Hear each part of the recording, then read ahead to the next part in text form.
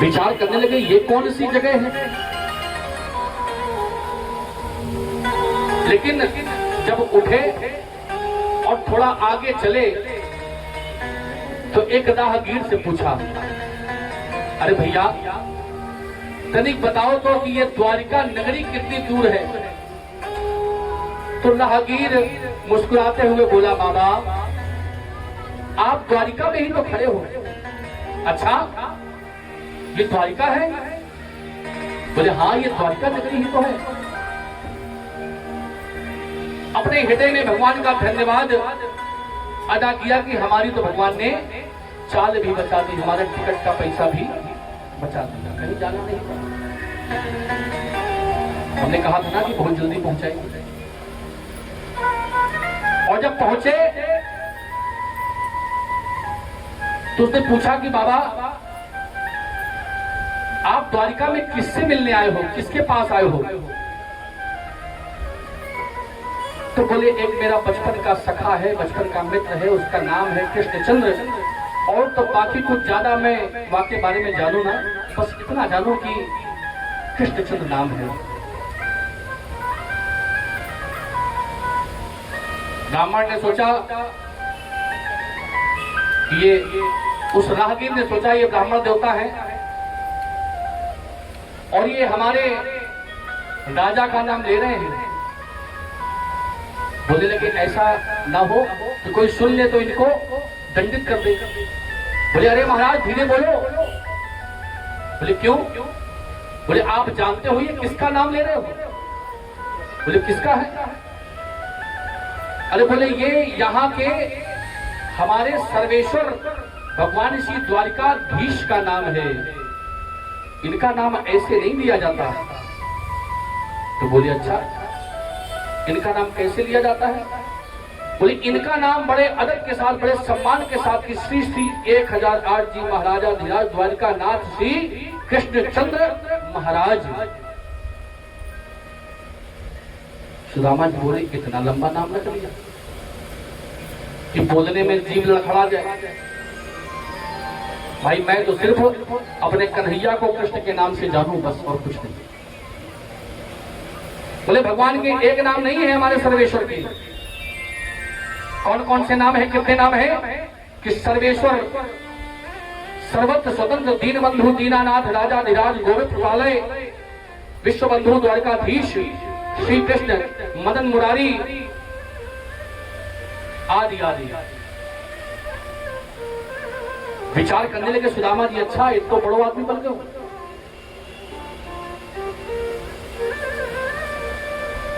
राहगीर ने सोचा कि ब्राह्मण को अगर यहीं छोड़ दिया और हमारे अगर स्वामी को पता चला तो हमें दंडित करेंगे, क्योंकि भगवान ब्राह्मणों से बहुत प्रेम करते हैं। उन्होंने कहा चलो हम आपको भगवान के महल की तरफ छोड़ आते हैं। सुदामा जी ने कहा कितनी दूर है भगवान का महल? बोले आप ये जितने महल यहाँ देख रहे हो सब भगवान के हैं। बोले सब? बोले हाँ। बोले इसमें कितने लोग रहते हैं? अरे बोले 16,108 तो केवल रानियां हैं। राहगीर सोचा इनको सारी बात अगर अभी से बता दी तो कहीं ये भाग न जाएंगे, इतना बड़ा परिवार है, कैसे जाएंगे? बोले महाराज बहुत बड़ा परिवार है, आप तो बस किसी भी घर में यहां से चले जाओ। कहते श्रीमद् भागवत महापुराण के अनुसार भगवान रुक्मणी जी के महल में प्रवेश किए, किसी ने उनको रोका टोका नहीं, किसी ने नहीं रोका। लेकिन नरोत्तम दास जी ने सुदामा जी के मिलन की रचना कन्हैया जी के साथ बड़ी सुंदर करी, बड़ी सुंदर रचना है कि जब द्वार पर पहुंचे तो सैनिकों ने ब्राह्मण को प्रणाम किया। बोले हे ब्राह्मण देवता आप कौन हो और यहाँ किस कारण से आए हो? क्या चाहिए आपको? धन चाहिए, धाम चाहिए, रुपया चाहिए, पैसा चाहिए, कोई वस्तु चाहिए, क्या चाहिए? सुदामा जी कहते हैं भैया कि नाही धन धन लोक कुल लाज नहीं नहीं, अरे अभिलाषा कोई अब आस ना अधूरी है। सिर्फ एक अभिलाषा मन में है शेष रही कि कृष्ण कन्हैया से मिलनो जरूरी है। बस एक अभिलाषा मन में है कि मेरी मुलाकात मेरे कृष्ण कन्हैया से हो जाए, और कुछ नहीं चाहिए।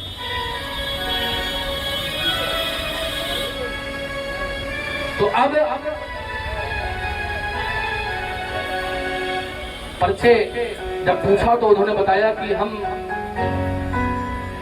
तुम्हारे राजाधिराज सर्वेश्वर श्री कृष्ण के बचपन के सखा है, हमारा नाम सुदामा है।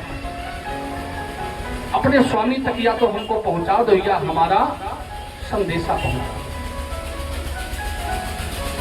बहुत ही सम्मान के साथ सुदामा जी को बैठाला और कुछ सैनिक उनकी आओ भगत में लगे और कुछ लोग भगवान के पास संदेशा लेकर गए। भगवान के पास पहुंचे, बोले महाराज की जय हो। और जब जा रहे हैं तो आपस में बात कर रहे हैं कि आज तक भगवान के यहाँ तो ऐसे बहुत अतिथि आते हैं, लेकिन ये अतिथि आज सबसे विचित्र है, सबसे अनोखा है। और भगवान को अपना मित्र भी कह रहा है राजा जी को। ऐसी दीनहीन दशा वाला भगवान का मित्र हो सकता है, इसका मतलब भगवान तो दीनानाथ है। लेकिन सच का पता तो तब चलेगा जब भगवान के सामने ये बात पहुंचेगी। सैनिक गए, भगवान को प्रणाम किया। भगवान ने पूछा कहो क्या बात है। तो कहने लगे महाराज आपसे मिलने के लिए, आपके दर्शन करने के लिए वैसे तो बहुत लोग आते हैं, लेकिन आज जो शख्सियत आई है, आज जो धर्मात्मा महात्मा जी आए हैं, एक ब्राह्मण है और बड़ा अजब गजब भेष है उनका, और आज तक मैंने ऐसा अतिथि आपके दरबार में प्रभु नहीं देखा। भगवान कहते हैं कौन है, कैसा भेष है, कैसा स्वरूप है। तो सैनिक देखिए भगवान को सुदामा जी का परिचय बता रहे हैं और कह रहे हैं कि देखिए आपके द्वार पर कौन आया। बोलिए भक्तवत्सल भगवान की जय। कि शीश पगान झगातन में, कि शीश पगान झगातन, प्रभु जानी को आही बसे के ही कामा। शीश पगान झगातन में, प्रभु जानी को आही बसे के ही कामा। कोटि पति सिलटी दुपटी, अनुपाय उपान ही को नहीं कामा। कोटि पति सिलटी दुपटी, और पाए उपान ही को नहीं कामा। द्वार खड़ो तुझ दुर्बल, द्वार खड़ो तुझ दुर्बल, तुम्हें कत सिक सत नहीं हो अभिराम दे। कत सिक नहीं हो अभिराम दे, कहीं सिक नहीं हो अभिराम। पूछत दीन दयालु को धाम, बतावत आपन नाम सुदामा। बतावत आपन नाम सुदामा, बतावत आपन नाम सुदामा। भगवान ने सारी चर्चा को सुना लेकिन ध्यान नहीं दिया। लेकिन जैसे ये 3 अक्षर का नाम सुदामा भगवान के कर्ण पल्लवों पर पड़ा तो इतनी वेग से अपना आसन छोड़कर भागे कि भगवान की पीतांबरी वहीं गिर गई, पैरों की पनही छूट गई, अपने तन का होश भगवान को न रहा। और इतनी तेज गति में भागे कि एक दो बार ऐसा लगा कि जैसे लड़खड़ाए, लेकिन फिर भी अपनी गति को रुकने नहीं दिया और सीधा उसी स्थान पर पहुंचे जहां सुदामा जी खड़े। सुदामा जी को जैसे ही देखा, सुदामा जी को देखकर उधर से सुदामा जी ने कन्हैया जी को देखा और उधर कन्हैया जी ने सुदामा जी को देखा, और देखकर सुदामा जी को कन्हैया जी ने तुरंत अपने हृदय से लगा लिया। बोलो भद्रवत्सल भगवान की जय। और जैसे ही भगवान ने सुदामा जी को अपने हृदय से लगाया, दोनों मित्रों के नेत्र सजल हो गए। आज अश्रुओं की धाराएं बहने लगी दोनों के नेत्रों से। कोई कुछ बोल नहीं पा रहा है, गला भरा हुआ है, कैसे बोले, क्या कहें।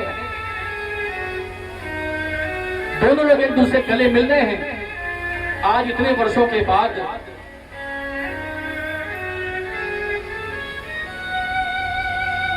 लेकिन एक शब्द नहीं निकल पा रहा उसके मुख से। भगवान ने तुरंत उनका हाथ पकड़ा और उनके हाथ को पकड़ के तुरंत लेकर आए और अपने आसन पर बैठा दिया। सुदामा जी मना करते हैं, अरे नहीं कन्हैया, ये तो तेरा आसन है। अरे बोले नहीं। उनको अपने आसन में बैठाया।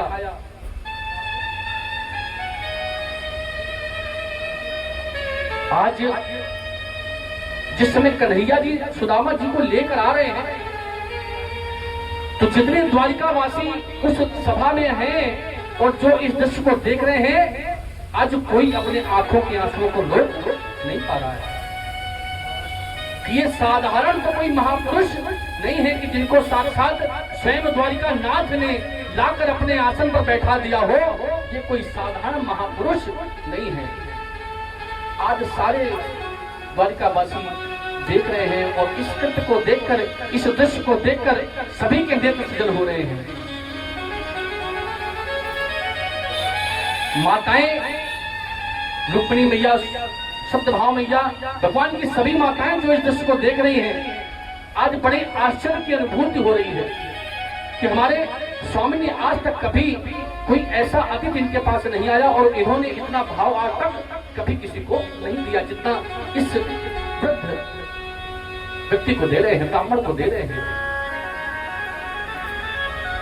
भगवान को बैठाला, भगवान को बैठाने के बाद अपने आसन की चौखट के पास सीढ़ी बनी है, वहां पर भगवान स्वयं बैठ गए और उनके दोनों पैरों को अपनी गोद में रख लिया। और जब गोद में रख लिया तो आज जितने भी नौकर चाकर हैं उस राज्य के, आज सब इंतजार कर रहे हैं कि स्वामी हमें कुछ आदेश दे तो हम आगे सेवा आगे बढ़ें। लेकिन आज भगवान किसी को कोई आदेश नहीं दे रहे हैं। सब इंतजार की प्रतीक्षा में कि जैसे हमें आदेश मिले हम सेवा के लिए आगे बढ़ें। लेकिन आज भगवान किसी को आदेश नहीं दे रहे हैं। और भगवान ने अगर आदेश दिया भी तो देखिए किसको, जो इस सृष्टि की, इस सारे जगत की महारानी है रुक्मिणी मैया, साक्षात लक्ष्मी स्वरूपा, आज उनको आदेश दिया कि रुक्मिणी तुरंत इनके पैरों को प्रक्षालन हेतु एक परात में जल लेकर आओ। मैया कहती हैं, विचार करती हैं, अवश्य है कोई विशेष महापुरुष है कि जिनके लिए साक्षात प्रभु स्वयं आज हमसे, आज तक भगवान ने हमसे किसी काम के लिए नहीं कहा, लेकिन अगर आज इन्होंने हमसे कहा है इसका मतलब कोई विशेष है। मैया दौड़ी दौड़ी गई और पानी का परात जब तक लेकर आती तब तक सुदामा जी के पैरों में इतने कांटे चुभे हुए हैं, इतने कांटे चुभे हुए हैं, ऐसा लग रहा है कि जैसे कांटों की ही चप्पल सुदामा जी ने पहन रखी है। जैसे ही पहला कांटा निकाला तो कन्हैया जी के नेत्रों से अश्रु की धारा तो वैसे भी बह रही थी, लेकिन जैसे ही एक पहला कंटक निकाला तो रक्त की धार बह उठी, और जैसे ही रक्त की धार बही, कन्हैया जी के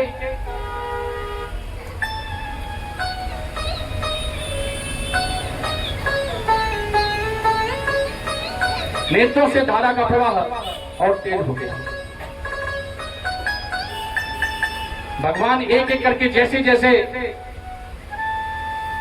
उस कांटे को निकालते हैं, वैसे वैसे उनके नेत्रों से आंसुओं का प्रवाह बढ़ता जाता है। और जब कांटे निकाल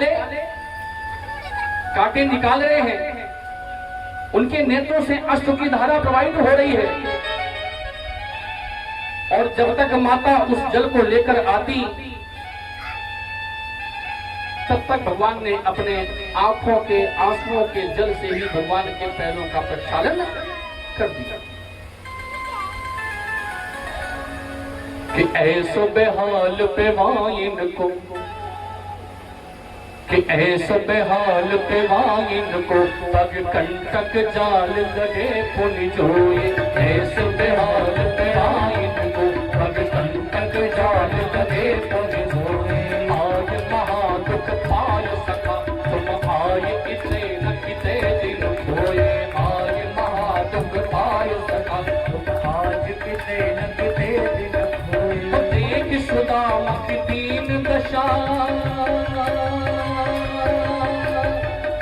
सुदामा की दीन दशा, करुणा करके करुणा निधि रोए। करुणा करके करुणा निधि रोए। करुणा करके करुणा निधि रोए। पानी परात को हाथ छुओ नहीं, पानी परात को हाथ छुओ नहीं। नैन नहीं चल सो पग धोए,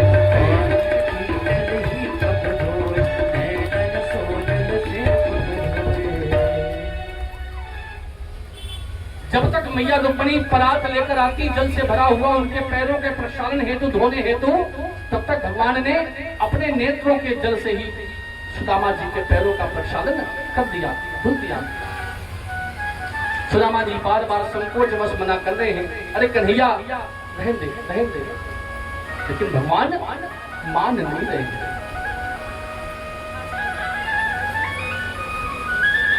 और भगवान तो वैसे ही ब्राह्मणों का अति सत्कार करते हैं, और आज उनके घर में एक अतिथि, हमारे यहाँ सनातन धर्म में अतिथि देवो भव की परंपरा कैसे प्रारंभ हुई?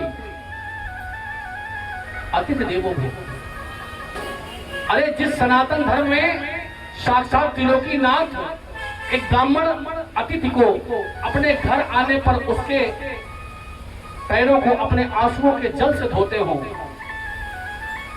वहां की यदि प्रणाली है अतिथि देवो भव, तो बताइए फिर क्यों ना हो?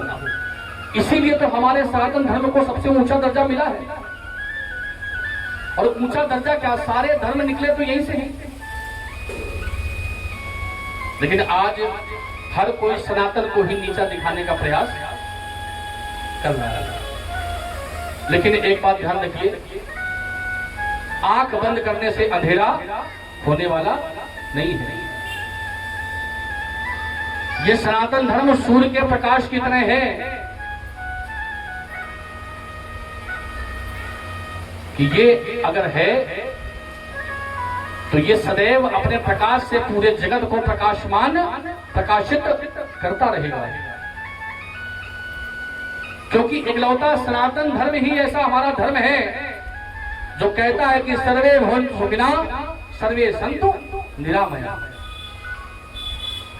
और नहीं अन्य किसी की बात ना तो हम इस मंच से करना चाहते हैं, और ना ही आपको बताने की आवश्यकता है कि क्या होता है।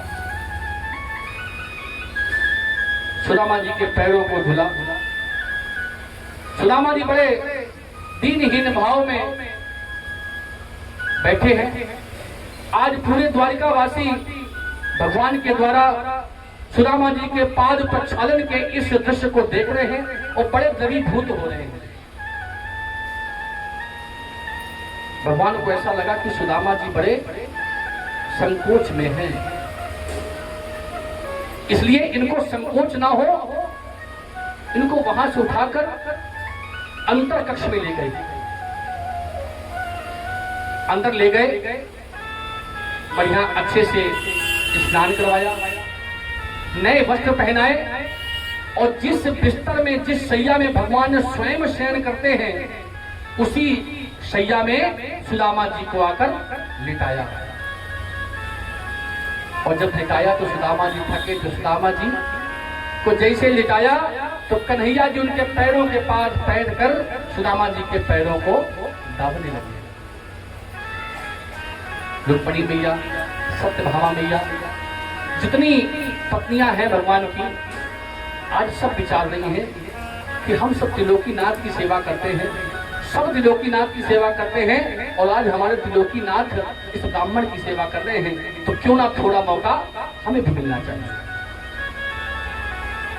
सब सेवार्थ वहां पर आ गई और हवा करने लगी। लेकिन सुदामा जी बड़ा संकोचित स्वभाव के हैं, बार बार अपना पैर खींचते हैं, अरे कन्हैया रहने दे, अरे कन्हैया रहने दे।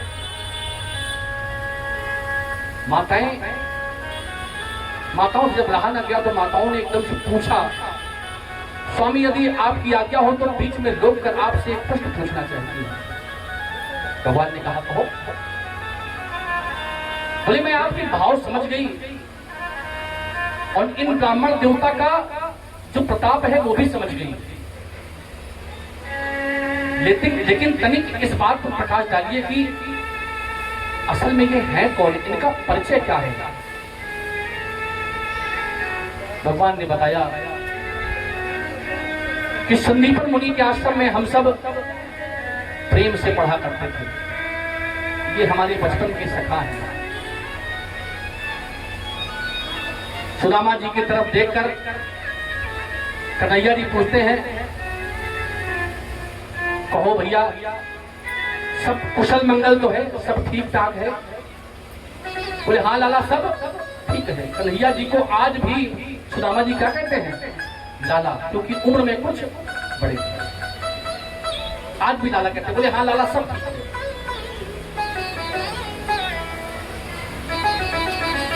बोले कुछ बदलाव अपने जीवन में लाए कि अभी भी वैसे ही हो। बोले मतलब? बोले तुम तो धर्मात्मा टाइप के आदमी थे, सन्यासी, हर समय भक्ति भजन में, तो विवाह आदि किया कि आज भी वैसे ही हो। सुदामा जी कहते तुमको और कोई बात न मिली करने वाली, सीधे पहली बात शादी में आ गए। अरे बोले मित्र की शादी हो तो एक अलग आनंद है उसका, अगर ना भाई हो तो कम से कम हम ये मान के चलें कि भविष्य में यदि होगी तो हम बारात में चलेंगे। बोले नहीं कन्हैया, तुम्हारे पास से ये अवसर तो चला गया। क्यों चला गया? क्योंकि हमारा विवाह हो गया है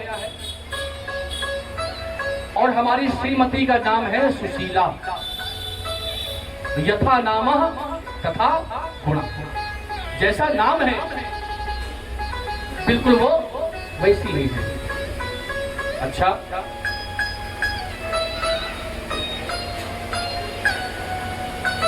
तो यानी